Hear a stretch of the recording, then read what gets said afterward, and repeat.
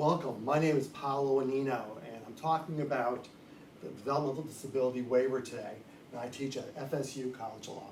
I'm honored to be here. Honored to talk about the DD waiver. As we talked in our last section, a lot of opportunities are happening right now, so we can get a lot of our kids who are on the 20,000 person wait list off the wait list and actually getting habilitation services.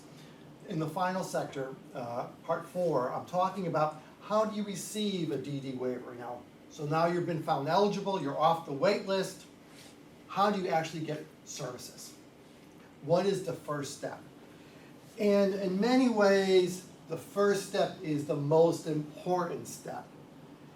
That is, you pick your choice, you pick a waiver support coordinator. A waiver, that one doesn't work. Here it goes. A waiver support coordinator. A support coordinator. A lot of times I don't use the word waiver in front of it.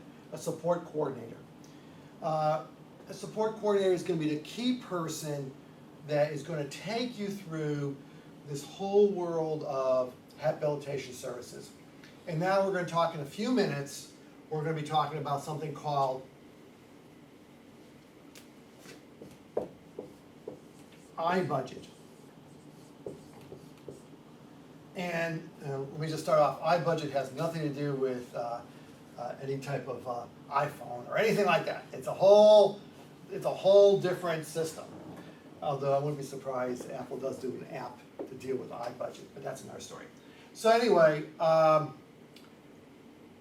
key person who is going to be your guide to this very new experiment in many ways, because iBudget is we're going to talk about in a minute, very, very new.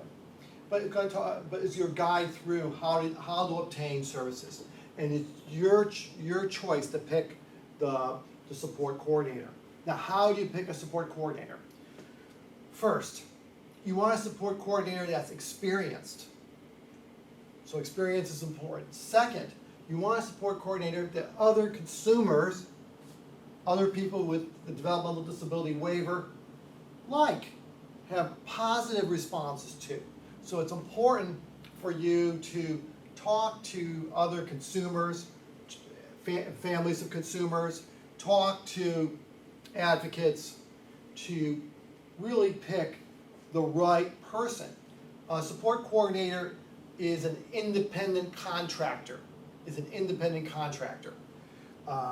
who works for the Agency for Persons with Disabilities, which operates our DD waiver system. So picking this support coordinator will really make all the difference whether or not you're going to receive the services that you really deserve. I've had, and other people have had, horror stories where you work so hard in finding the person eligible for a developmental disability waiver. You work so hard in getting the person off the wait list. They finally are going to get the services, and then they get a support coordinator that is at best a minimalist, who does very little to nothing. And in the case I had was, the support coordinator went to my client who has an IQ of the low 50s and asked, what services do you want, without explaining what services there were. I mean, how was my client going to make a decision if my client did not know the array of services that existed and were available to her? And simply said, what services do you want? And my client said, I don't know. And then they went to my client's mother and said, what services do you want? And the mother didn't know. Why? Because they weren't educated about what their choices were. And they ended up getting minimal services through the habilitation plan. So again, it's important to pick someone who really is going to try and advocate for you so you get the maximum services that you have a right to. Okay, so ask other consumers, ask other advocates. There is also a waiver support coordinator association. And they have a very good website, by the way. So they will a lot of good information on it. So that's another way of contacting the association to get a name of a good support coordinator. Now, every local APD office, now as we said earlier today, the APD divided the state into these huge regions. Every local APD office has a list of available support coordinators for your area. So the first thing that needs to happen is the consumer and the advocate need to get a copy of the list. Now, in some rural counties, you're just sorry, out of luck. There's not many. There's maybe one or two. If you're lucky to get two in some of these rural counties. Okay? So there's not many support coordinators in certain areas. Other areas, in major metropolitan areas, you're going to find a number of support coordinators. But also what you're going to find is a lot of the ones that have a really great reputation, they're all full too. So you need to get the list, you need to make telephone calls to other consumers and other advocates, and you need to call the different support coordinators and actually interview them for the position of being your support coordinator and see if you hit it off. Also, if you are with the Guardian Ad Litem office, feel free to contact me, and I'll also provide you some suggestions on getting the right support coordinator, because that really is the key individual that's going to guide you through this really labyrinth in many ways. So what does a support coordinator do? The two really big things they do, in my opinion, really two big things, is they create something called a cost plan, and they create something called a support plan. A cost plan and a support plan. These are the documents. A support cost plan will have the services that you're requesting. We'll have the name of the provider of those services, and we'll have how much they cost. The support plan will have the services that you need. It is your support coordinator who will create with your collaboration the cost plan and the support plan that eventually is going to be submitted to the Agency for a Person with Disabilities. So the support coordinator creates the cost plan, the support plan. They monitor, once you do have services, they monitor if those rehabilitation services that you're receiving are working. They monitor if they're enough or not enough or too much. They advocate for the consumer. They advocate not only to maximize all the medically necessary rehabilitation services you need, but they also advocate, and this is a good support coordinator now, will know the other Medicaid systems like EPSCT we talked in an earlier segment on, and will advocate for the consumer to receive the maximum benefits through non-waiver services. So the support coordinator will do both waiver services and advocate for non-waiver services. The support coordinator will keep records. That's really important. All the records for all the providers will all be kept by the support coordinator, and the support coordinator will evaluate the services you receive and actually find the services, find the providers that will provide you your rehabilitation services. So the support coordinator role is very important. So that is in general what a support coordinator does, but how do you figure out how much money you have to obtain services? How much funds do you have? Do you have $10,000 to obtain services? Or do you have $100,000 or $500,000? How much money do you actually have to obtain services for you to live in the community? Now, Florida is doing an experiment. And maybe that's why they use this phrase, I budget. It's a brand new program. And what the program does, it's a form of distributing funds program where every consumer will have a budget, and within the budget So let's say it's $20,000 or $30,000. Within the budget, they will have flexibility to move items and pay for different items in the budget without getting permission. Once the budget is set up, their iBudget, without getting permission or authorization from the agency with person with disabilities. So the theory behind iBudget is to provide greater flexibility to the consumer and greater choices to the consumer. So the consumer then can decide what services he or she needs in collaboration with the support coordinator. So how does iBudget work? First thing, iBudget is brand new. It's a work in progress. It's a work, literally, when I say that, I'm not exaggerating. It's a work in progress. The handbook dealing with iBudget is still in workshops, so it has not been incorporated as a rule yet.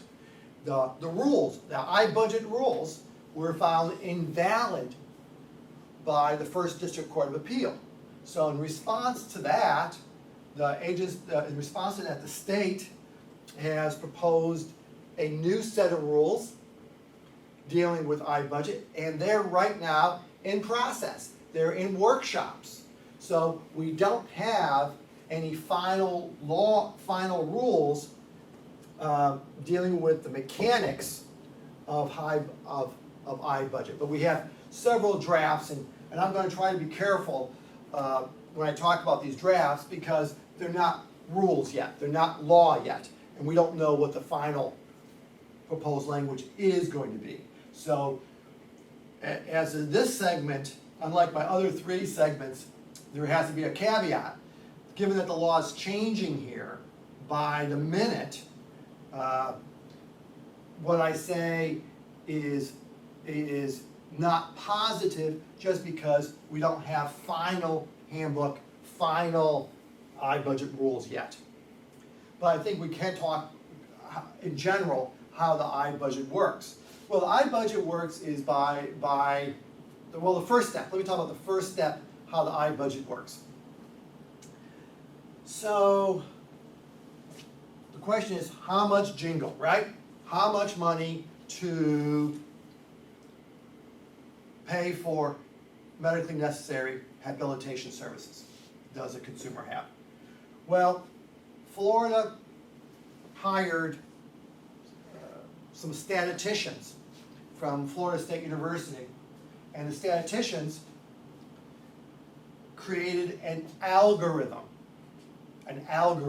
Now, don't fall asleep now, because I won't go into details about the algorithm and how it works, but they created this mathematical formula to determine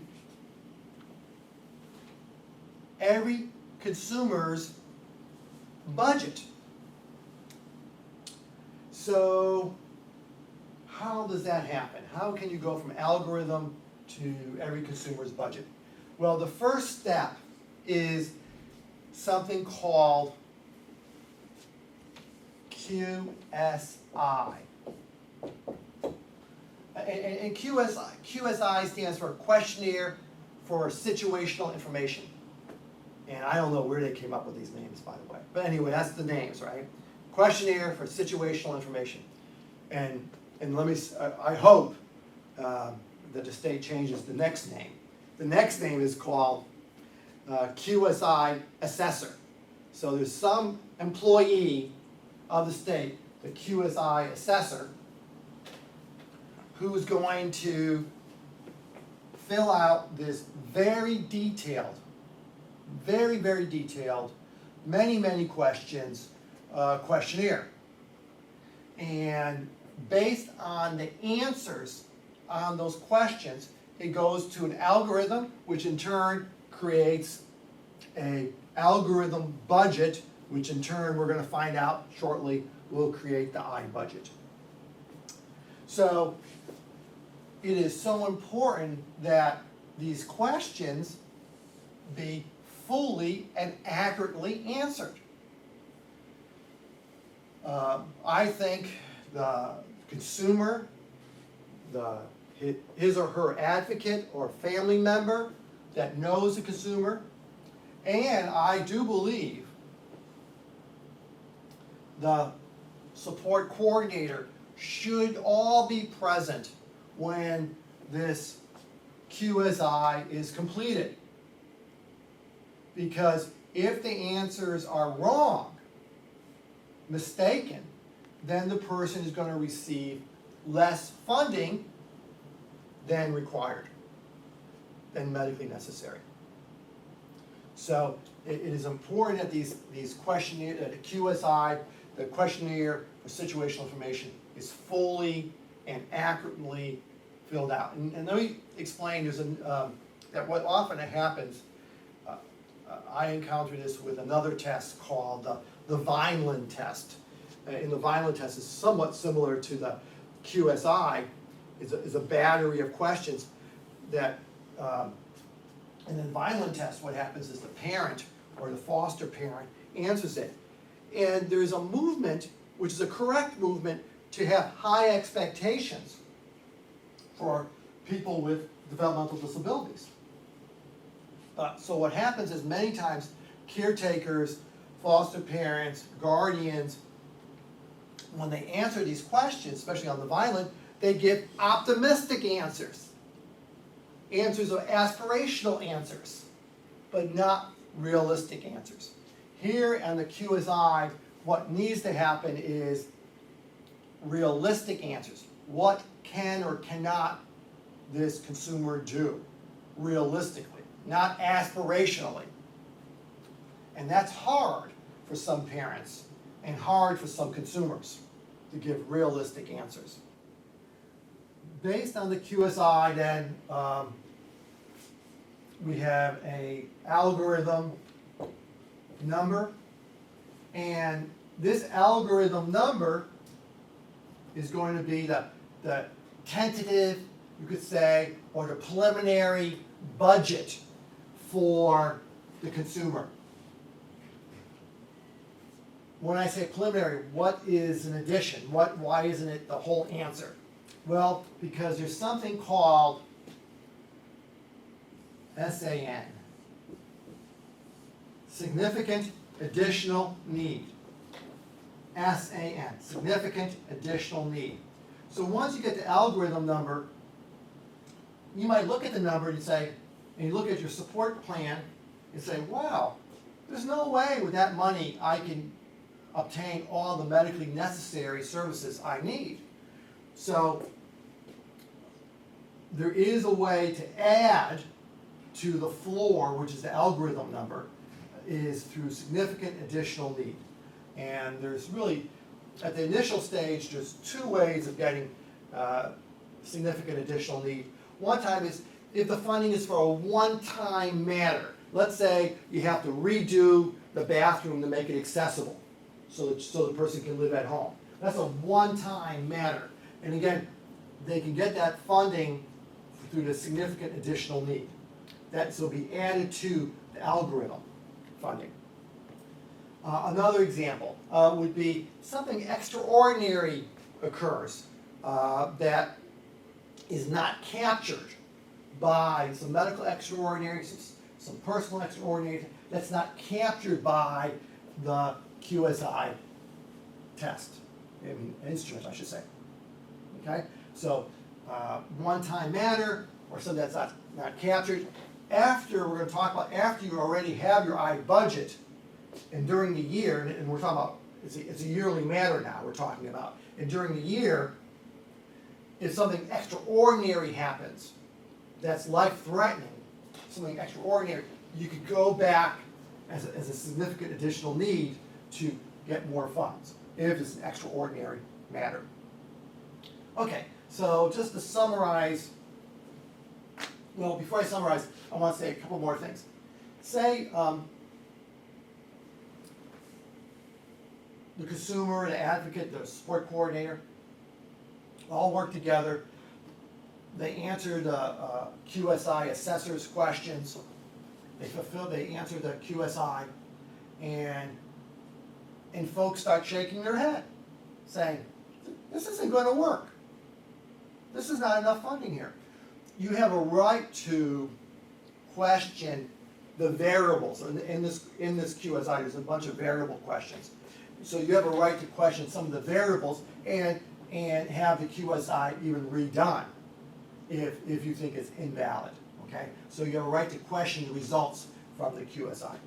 So again, the way the process is, the beginning, after you have a support coordinator, you have to do this incredible questionnaire with a QSI assessor, and it provides an algorithm number, and based on that algorithm number and based on any significant additional need, you get your I budget. You get your 40, 50, 20, whatever amount of money that is medically necessary for you to live in the community. You get that as part of a budget that you can use only for, not for personal usage, you can only use it for paying the providers. It's used to pay the providers of your rehabilitation services. So what kind of services are we talking about? I mean, what are these rehabilitation services that I've been talking about for all three previous sections? Well, there's a lot. There's like 8 big family of services of rehabilitation. Let me just kind of run through some really basic ones. Life skill development, that's a service that you could receive. Companion services, supported employment services, adult day training is an important service you can receive. You can receive supplies, environmental accessible adaptions, meaning you can have your bathroom fixed. Your house can become accessible. Very important. That's for children and adults. Environmental accessible adaptions. You can have personal supports. You can have in-house supports. One of the big ones is respite, and again, that applies to children. Respite, so that a parent can take off for the weekend and can have a break to be revitalized to address their consumer. Then you can have residential habilitation services. And there's a bunch of different types of residential habilitation services that you could receive. Support coordinator is considered one of the services. Therapeutic services. Again, you could also receive therapeutic services if you're a child through your EPSDG. So there's one service there that you can receive definitely through your EPSDG. But if EPSDG, for whatever reason, does not cover that service, then yes, you can receive that service through your DD waiver. Transportation and also dental. So there's 8 big families of services. The role of the support coordinator is really to sit down with you, the consumer, the advocates, and slowly, and with diagrams, explain what these different bundles of services are and how they would help the consumer, who's the client, to live in the community. So, to summarize, the DD waiver goal is to provide rehabilitation services, and it's working. And it is working. We've closed down many of these large institutions, and we're preventing many people from entering these institutions because of the DD waiver. And that was the whole point of the waiver, was to prevent institutionalization. Well, thank you today for listening and for participating in these 4 segments. The next segment we're going to talk about is in cyberspace. I received several questions, and so we'll do a Q&A. Thank you.